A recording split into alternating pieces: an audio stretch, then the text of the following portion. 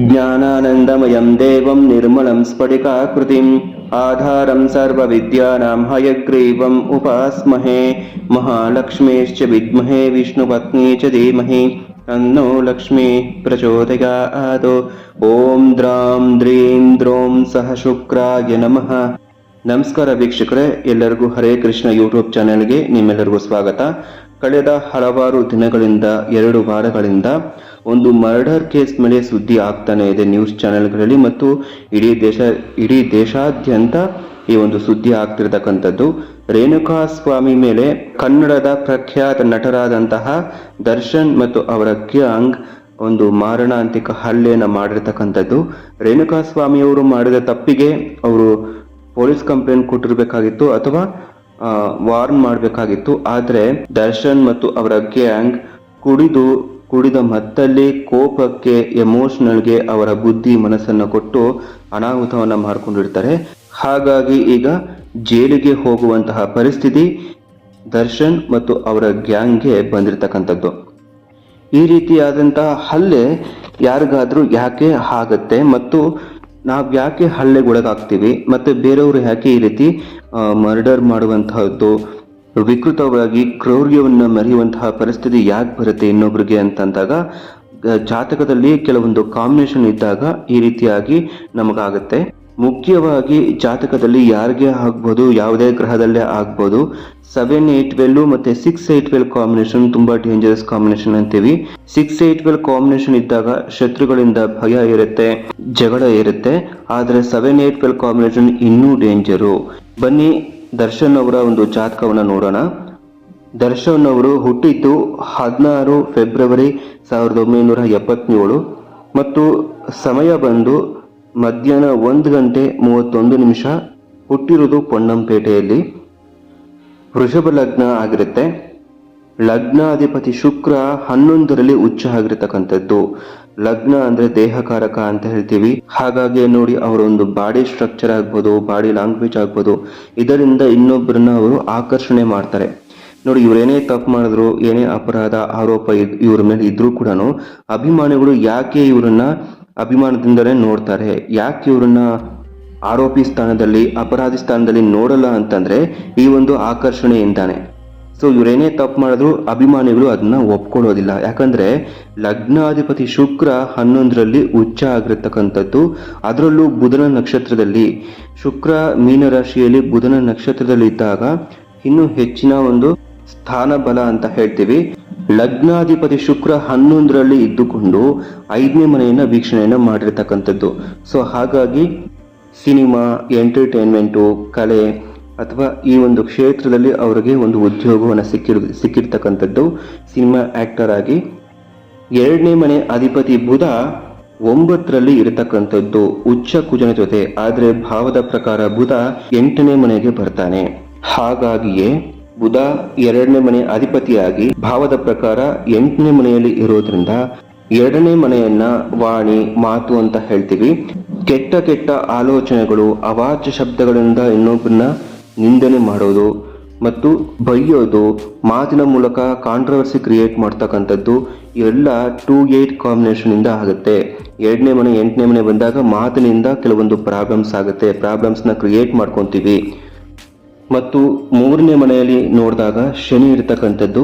Shani retrograde ಆಗಿರ್ತಕ್ಕಂಥದ್ದು. ಇವರಿಗೆ ತಾಳ್ಮೆ ಇರಲ್ಲ, ಕೋಪ ಜಾಸ್ತಿ ಮತ್ತು ಒಂದು ಕೆಟ್ಟ ಒಂದು ಪರಾಕ್ರಮ ಅಂತ ಹೇಳ್ಬೋದು. 3ನೇ ಮನೆ ಅಧಿಪತಿ 9ರಲ್ಲಿ ಚಂದ್ರ ಇರ್ತಕ್ಕಂಥದ್ದು ಮತ್ತು 9ರ ಅಧಿಪತಿ ಶನಿ ವಕ್ರಿಯಾಗಿ 3ನೇ ಮನೆಯಲ್ಲಿ ಇರ್ತಕ್ಕಂಥದ್ದು. ಇಲ್ಲಿ ಪರಿವರ್ತನಾ ಯೋಗ ಬಂದಿದೆ. ಮತ್ತು ಶನಿಯ ಒಂದು ಕಾಂಬಿನೇಷನ್ ನೋಡಿದಾಗ KP ಆಸ್ಟ್ರಾಲಜಿಲಿ 3-8-12 7-8-12 ಕಾಂಬಿನೇಷನ್ ಬರುತ್ತೆ. ಇದು ತುಂಬಾ ಡೇಂಜರಸ್ ಕಾಂಬಿನೇಷನ್. 3-8-12 ಯಾರ್ಯಾರಿಗಿರುತ್ತೆ, ಒಂದು ಬಾರಿ ಆದ್ರೂ ಅವರು ಜೈಲುವಾಸವನ್ನ ಅನುಭವಿಸಬೇಕಾಗತ್ತೆ. ಒಂದು ರೀತಿ ಈ 3-8-12 ಕಾಂಬಿನೇಷನ್ ಇದ್ದಾಗ ಊರಿಗೆ ಉಪಕಾರಿ, ಮನೆಗೆ ಅಪಕಾರಿ ಅಂತಾರಲ್ಲ, ಆ ರೀತಿ ಈ ಕಾಂಬಿನೇಷನ್. ಮನೆಗಳಲ್ಲೂ ಕೂಡ ಜಗಳ ಸಮಸ್ಯೆಗಳಿರುತ್ತೆ. ಅವಾಚ್ಯ ಶಬ್ದದಿಂದ ನಿಂದನೆ ಮಾಡ್ತಕ್ಕಂಥದ್ದು ಗಂಡ ಹೆಂಡತಿ ಮೇಲೆ, ಹೆಂಡತಿ ಗಂಡನ ಮೇಲೆ. ಸೆಪ್ಟೆಂಬರ್ 9, 2011ರಲ್ಲಿ ಕೂಡ ಇವರಿಗೆ ಜೈಲುವಾಸ ಆಗಿತ್ತು.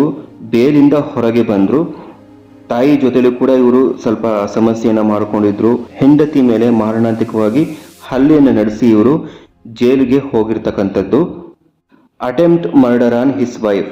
ಇಲ್ಲಿ ನೀವು ನೋಡ್ಬೋದು ಗುರುದಶ ಶನಿ ಭುಕ್ತಿ ನಡೀತಿರ್ಬೇಕಾದ್ರೆ ಈ ಒಂದು ಎವೆಂಟು ಆಗತ್ತೆ ದರ್ಶನ್ ಅವರ ಜೀವನದಲ್ಲಿ.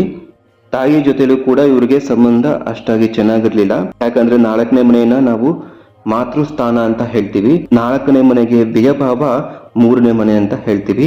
3ನೇ ಮನೆಯಲ್ಲಿ ಶನಿ ಇರ್ತಕ್ಕಂಥದ್ದು, ಶನಿ ಭುಕ್ತಿಯಲ್ಲಿ ಈ ಒಂದು ಸಮಸ್ಯೆಯನ್ನ ತಂದಿರ್ತಕ್ಕಂಥದ್ದು. ಗುರುದಶ ಗುರುಭುಕ್ತಿ ಶನಿ ಅಂತರ್ಭುಕ್ತಿಯಲ್ಲಿ ದರ್ಶನ್ ಅವರ ಈ ಜೀವನದಲ್ಲಿ ಅವರು ಈ ಒಂದು ಪರಿಸ್ಥಿತಿಯನ್ನ ತಂದ್ಕೊಂಡಿರ್ತಾರೆ. ಶನಿ ಇಲ್ಲಿ ಕಸ್ಪಲ್ನಲ್ಲಿ 12ನೇ ಮನೆಯಲ್ಲಿ ಕಸ್ಪಲ್ ಸಬ್ಲಾಡ್ 12th ಸಬ್ಲಾಡ್ ಆಗ್ತಾನೆ. 12th ಕಸ್ಪಲ್ ಸಬ್ಲಾಡ್ ಯಾರೇ ಆಗಿರ್ಬೋದು, ಯಾವುದೇ ಗ್ರಹ ಆಗಿರ್ಬೋದು, ಆ ಗ್ರಹದಲ್ಲಿ 3-8-12 ಕಾಂಬಿನೇಷನ್ ಇದ್ದಾಗ ಖಂಡಿತ ಅವರ ಜೀವನದಲ್ಲಿ ಸುಮಾರು ಸಾರಿ ಅಥವಾ ಒಂದು ಬಾರಿ ಆದ್ರೂ ಜೈಲುವಾಸವನ್ನು ಅನುಭವಿಸಬೇಕಾಗುತ್ತೆ. ನೋಡಿ, ಇಲ್ಲಿ ಗುರುದಶ ಗುರುಭುಕ್ತಿ ಶನಿ ಭುಕ್ತಿಯಲ್ಲಿ ಇವರು ಜೈಲುವಾಸ ಆಗಿರ್ತಕ್ಕಂಥದ್ದು 2011ರಲ್ಲಿ. ಆದ್ರೆ ಶನಿನಲ್ಲಿ 9-10-11 ಕಾಂಬಿನೇಷನ್ ಇರೋದ್ರಿಂದ ಇವ್ರಿಗೆ ಬೇಲ್ ಸಿಕ್ಕಿತ್ತು. 9-10-11 ಕಾಂಬಿನೇಷನ್ ಸ್ವಲ್ಪ ಇವರನ್ನ ಬದುಕಿಸುತ್ತೆ. ಆದ್ರೆ ಇವರು ಸ್ಪಿರಿಚುಯಲಿ ಸ್ವಲ್ಪ ಇನ್ನೂ ಇಂಪ್ರೂವ್ಮೆಂಟ್ ಆಗಬೇಕು, ಧಾರ್ಮಿಕ ಮನೋಭಾವನೆಯನ್ನ ಬೆಳೆಸ್ಕೋಬೇಕು. ಯಾಕಂದ್ರೆ 9ನೇ ಮನೆಯನ್ನ ಆಧ್ಯಾತ್ಮಿಕ ಮತ್ತು ಧಾರ್ಮಿಕತೆಗೆ ಸಂಬಂಧಪಟ್ಟ ಮನೆ ಅಂತ ಹೇಳ್ತೀವಿ. ಗುರುದಶ ಮುಗಿಯೋದು 2027ರವರೆಗೂ ಗುರುದಶ ಇರುತ್ತೆ. ಈ 3 ವರ್ಷನೂ ಕೂಡ, ಇನ್ನು ಮುಂದೆ 3 ವರ್ಷನೂ ಕೂಡ ಇವರಿಗೆ ಈ ತಾಪತ್ರಯ ತಪ್ಪಿದ್ದಲ್ಲ. ಬೇಲ್ ಸಿಕ್ಕಿದ್ರೂ ಕೂಡ ಪದೇ ಪದೇ ಕೋರ್ಟು ಅಥವಾ ಪೊಲೀಸ್ ಸ್ಟೇಷನು ಹೀಗೆ ಹೋಗುವಂತಹ ಪರಿಸ್ಥಿತಿ ದರ್ಶನ್ ಅವ್ರಿಗೆ ಬಂದೇ ಬರುತ್ತೆ. ಮತ್ತು 7ನೇ ಮನೆ ಅಧಿಪತಿ ಕುಜ 9ರಲ್ಲಿ ಉಚ್ಚ ಆಗಿದ್ರೂ ಕೂಡ ಭಾವದ ಪ್ರಕಾರ 8ನೇ ಮನೆಗೆ ಬರ್ತಾರೆ. 8ನೇ ಮನೆಯಿಂದ ಗುರುವಿನ ವೀಕ್ಷಣೆಯನ್ನ ಮಾಡ್ತಾ ಇರ್ತಕ್ಕಂಥದ್ದು, ಅಂದ್ರೆ 12ನೇ ಮನೆ ವೀಕ್ಷಣೆಯನ್ನ ಮಾಡ್ತಾ ಇರ್ತಕ್ಕಂಥದ್ದು. ಇದು ಕೂಡ ಇಲ್ಲಿ ಅವರಿಗೆ ಡೇಂಜರಸ್ಸು. 3ನೇ ಮನೆ ಅಧಿಪತಿ ಜೊತೆ ಚಂದ್ರನ ಜೊತೆ ಇರೋದ್ರಿಂದ ಇಲ್ಲಿ ಮತ್ತು 3-8-12 7-8-12 ಕಾಂಬಿನೇಷನ್ ಬರುತ್ತೆ ಕುಜನಲ್ಲಿ. ಸೊ ನೀವು KP ಆಸ್ಟ್ರಾಲಜಿ ನೀವು ನೋಡ್ಬೋದು, ಕುಜನಲ್ಲಿ 3-8-12 7-8-12 ಕಾಂಬಿನೇಷನ್ ಇದೆ. ಕುಜ ಚಂದ್ರ ಇಬ್ಬರೂ ಕೂಡ ಜೊತೆಯಲ್ಲಿದ್ದು ಶನಿ ಕುಜ ಚಂದ್ರನ ಮೇಲೆ ವೀಕ್ಷಣೆಯನ್ನ ಮಾಡ್ತಿರೋದ್ರಿಂದ ಕೋಪದಿಂದ ಮತ್ತೆ ಅನಾಹುತಗಳು ಆಗ್ತಾನೆ ಇರುತ್ತೆ ದರ್ಶನ್ ಅವ್ರಿಗೆ. ಈ ಕುಜ ಭುಕ್ತಿ ಅಕ್ಟೋಬರ್ ವರೆಗೂ ಇರತಕ್ಕಂಥದ್ದು. ಇದೇ ವರ್ಷ ಅಕ್ಟೋಬರ್ ವರೆಗೂ ಕುಜ ಭುಕ್ತಿ ಇರುತ್ತೆ. ಸೊ 7-8-12 ಕಾಂಬಿನೇಷನ್ ಯಾರಿಗಿರುತ್ತೆ ಅವರು ಇನ್ನೊಬ್ಬರ ಮೇಲೆ ಹಲ್ಲೆಯನ್ನ ಮಾಡ್ತಾರೆ ಅಥವಾ ಇನ್ನೊಬ್ಬರಿಂದ ಹಲ್ಲೆಗೊಳಗಾಗ್ತಾರೆ. ಇಬ್ಬರಿಗೂ ಕೂಡ ಈ 7-8-12 ಕಾಂಬಿನೇಷನ್ ಇರುತ್ತೆ.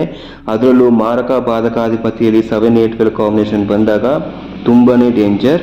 ಹಾಗಾಗಿಯೇ ರೇಣುಕಾ ಸ್ವಾಮಿಯವರ ಒಂದು ಮರ್ಡರ್ ಕೇಸ್ ನಲ್ಲಿ ದರ್ಶನ್ ಅವರ ಒಂದು ವಿಚಾರಣೆ ಈಗಲೂ ಕೂಡ ನಡೀತಾ ಇರುತ್ತೆ. ಕುಜ ಇಲ್ಲಿ 7ನೇ ಮನೆ ಅಧಿಪತಿಯಾಗಿ ಭಾವದ ಪ್ರಕಾರ 8ನೇ ಮನೆಯಲ್ಲಿ ಇರೋದ್ರಿಂದ ದಾಂಪತ್ಯ ಜೀವನದಲ್ಲೂ ಹಲವಾರು ಸಮಸ್ಯೆಗಳು ಬರ್ತಾ ಹೋಗುತ್ತೆ. ನೆಮ್ಮದಿ ಇರಲ್ಲ, ಅಶಾಂತಿ.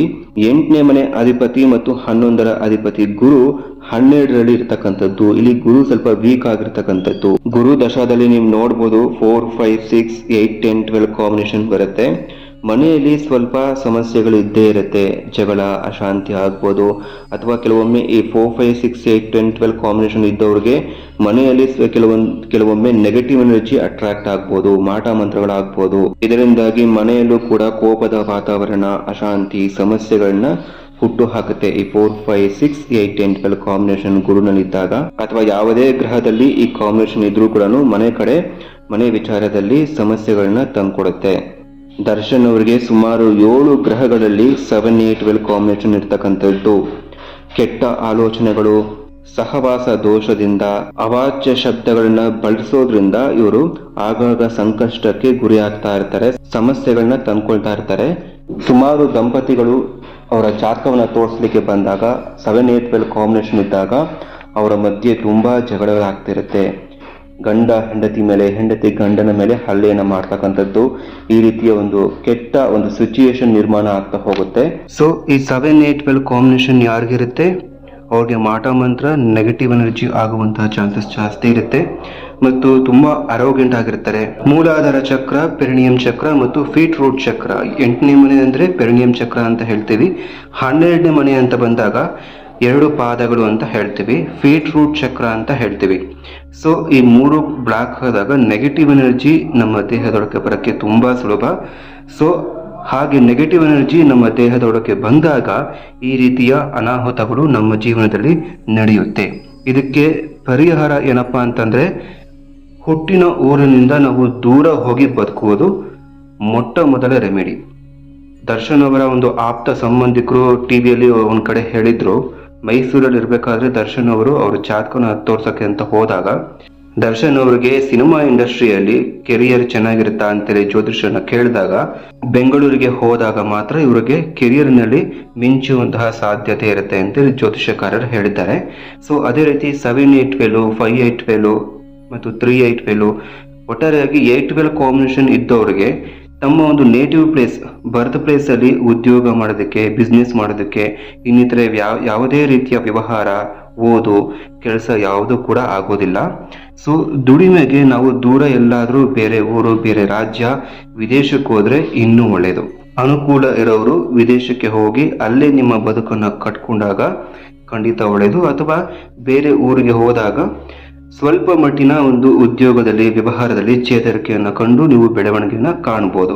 ಇಲ್ಲ ಅಂದ್ರೆ ಬರ್ತ್ ಪ್ಲೇಸ್ ಅಲ್ಲಿ ಇದ್ದಾಗ ಯಾವುದೇ ರೀತಿ ರೆಮಿಡಿಯನ್ನ ನೀವು ಮಾಡಲಿಕ್ಕೆ ಸಾಧ್ಯ ಆಗೋದಿಲ್ಲ.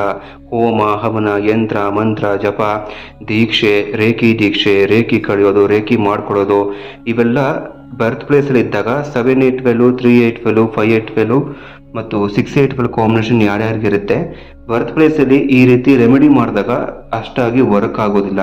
ದೂರ ಹೋಗಿ ಬರ್ತ್ ಪ್ಲೇಸ್ ಇಂದ ದೂರ ಹೋಗಿ ಇವರು ರೆಮಿಡಿ ಮಾಡಿದಾಗ ಮಾತ್ರ ರೇಖಿ, ಇನ್ನಿತರೆ ಜಪ, ಯಂತ್ರ, ಮಂತ್ರ, ತಂತ್ರಗಳು ಇನ್ನೂ ತುಂಬಾ ಚೆನ್ನಾಗಿ ವರ್ಕ್ ಆಗುತ್ತೆ. ಹುಟ್ಟಿದ ಊರಿನಿಂದ ದೂರ ಹೋಗಿ ವಾಸ ಮಾಡೋದೇ ಒಂದು ರೆಮಿಡಿ.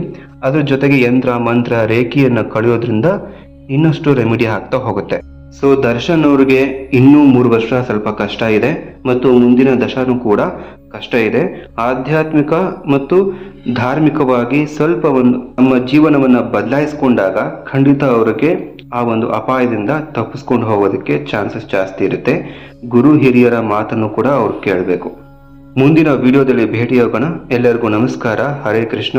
ಕೃಷ್ಣ ಅರ್ಪಣಮಸ್ತು.